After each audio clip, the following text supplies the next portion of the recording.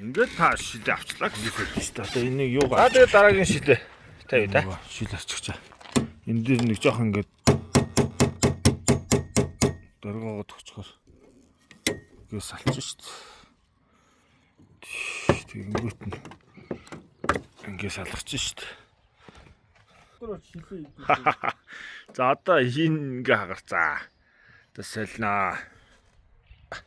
Энийг голны нэг харуулъя. За тэгээд энийг яаж ийж ирэнгээс нь үйл ялгах силиконтой заяа. Ирэнгээс нэгээд татаад тэгээд энийг гарганаа.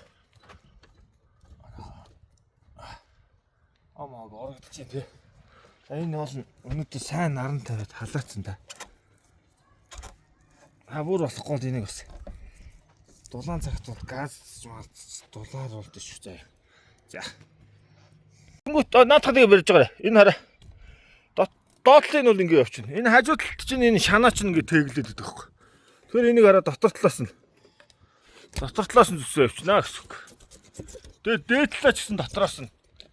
Тэгвэл цаасан утга гүйлгээл. Миний нэг бичлэгээд энэ тороос гүйлгдэг.